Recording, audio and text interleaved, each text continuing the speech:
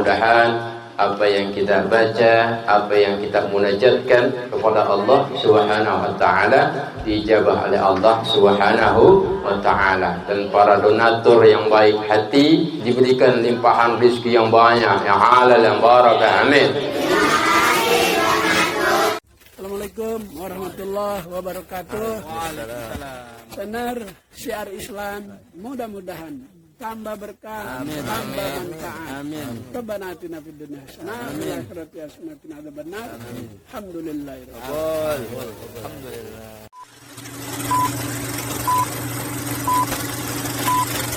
Maka Sya'ban itu ada 5 huruf. Ya, pengambilannya dari shin yang namanya syaraf, kemuliaan. Yang kedua, ya, ain, artinya ulu, ketinggian. Yang ketiga, Sya'ban, ba, albirru, kebaikan. Yang ketiga, yang keempat, alif, ulfah, artinya ketentraman jiwa. Dan yang kelima, nun, artinya nur, yang berarti cahaya. Maka 5 inilah Allah berikan kepada mereka yang mengagungkan bulan Sya'ban. Maka peristiwa yang hebat terjadi di bulan Sya'ban, di antaranya adalah tahwilul qiblah. Ya, berpalingnya arah kiblat dari Masjidil Aqsa ke Masjidil Haram. Kenapa? Karena permulaan sholat Nabi menuju Masjidil Aqsa yang berlawanan. Kalau Masjidil Aqsa ke timur, wa Masjidil Haram ke barat. Ini berlawanan.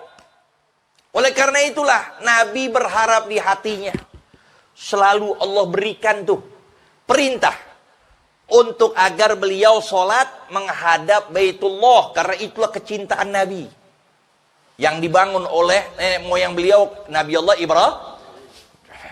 Karena berharap itu terjadi, beliau selalu setiap sholat, ketika perintah sholat itu ditegakkan, senantiasa beliau selepas sholat isya ngadep ke langit.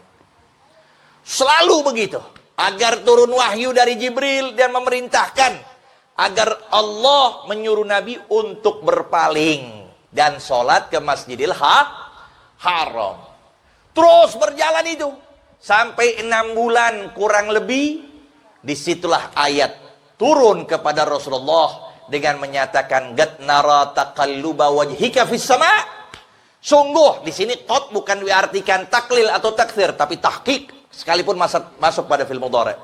Gad nara, sungguh betul-betul kami melihat taqalluba wajhika, bolak-balik wajahmu ke langit.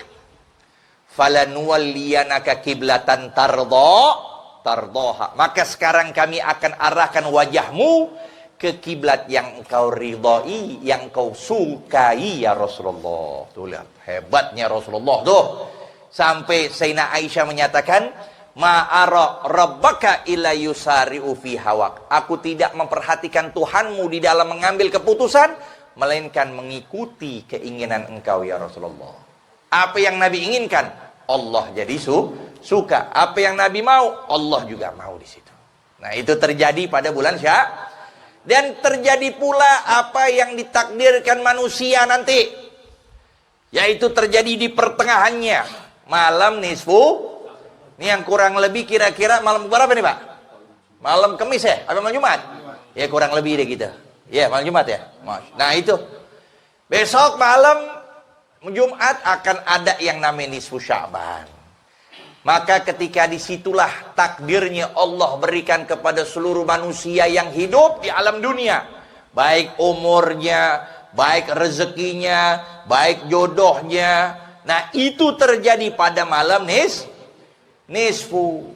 Oleh karena itulah kita hendak hidupkan malam tersebut.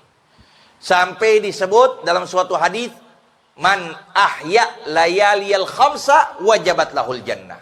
Siapa yang menghidupkan malam 5 ini berhak untuknya mendapatkan surga.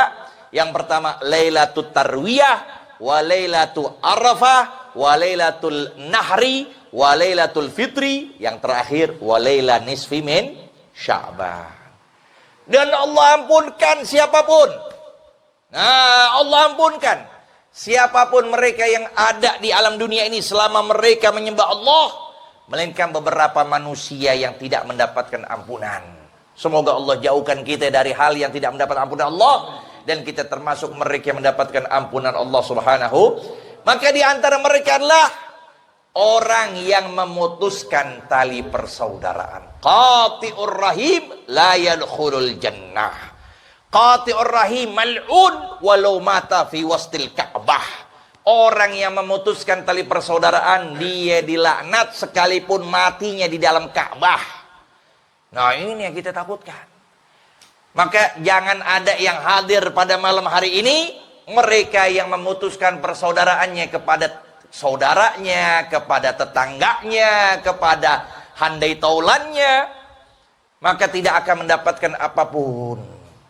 Inna rahmat tanzil ala qaumin wala tanzil fihim qati'ur rahim. Rahmat Allah turun kepada suatu kaum, tapi tidak akan turun yang mana di dalamnya ada orang yang memutuskan tali silaturahim. Nah, ini dia, ya. Maka kita jauhkan. Dan yang kedua, akli walide.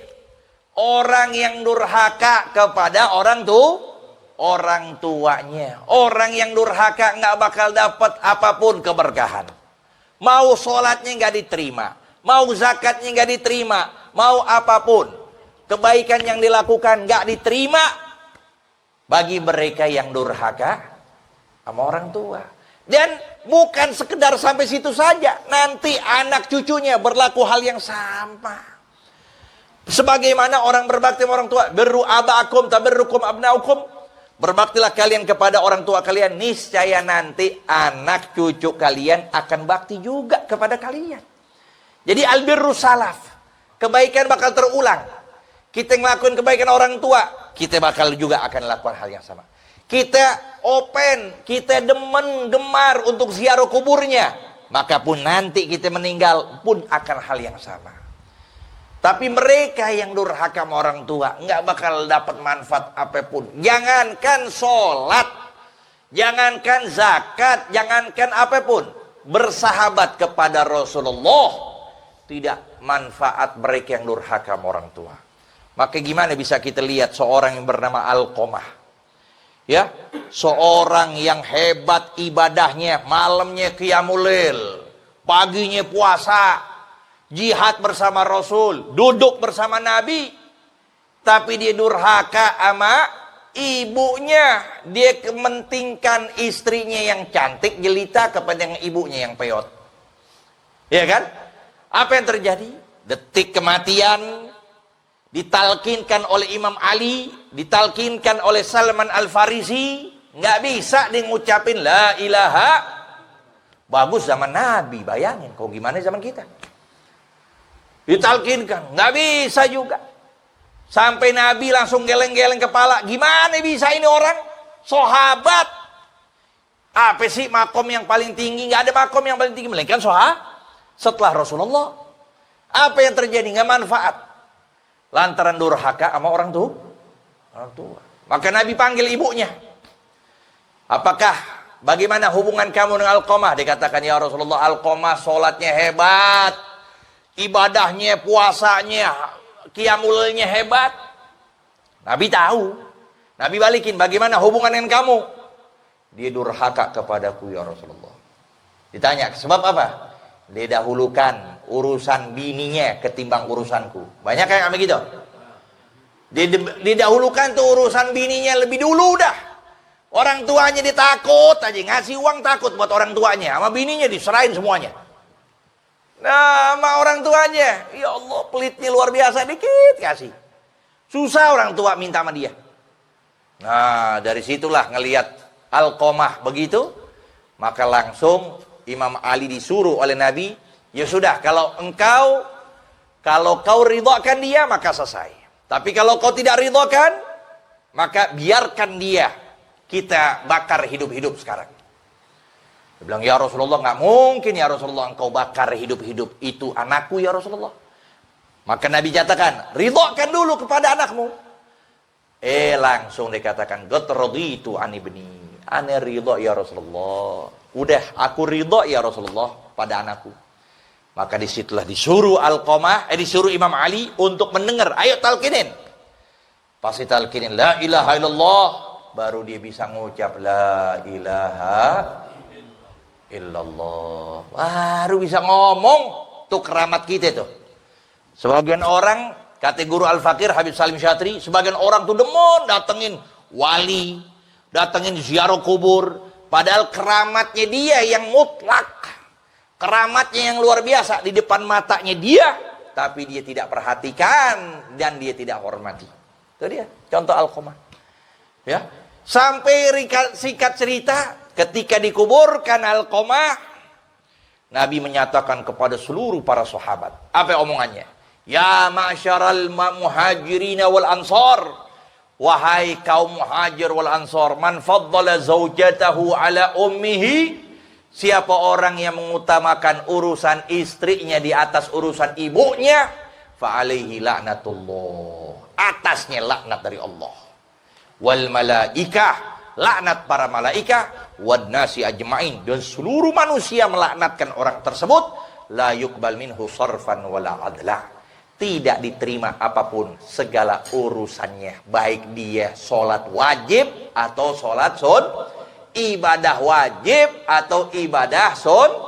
Mudah-mudahan apa yang kita baca, apa yang kita munajatkan kepada Allah Subhanahu wa taala dijabah oleh Allah Subhanahu wa taala, dan para donatur yang baik hati diberikan limpahan rezeki yang banyak, yang halal, yang barakah. Amin.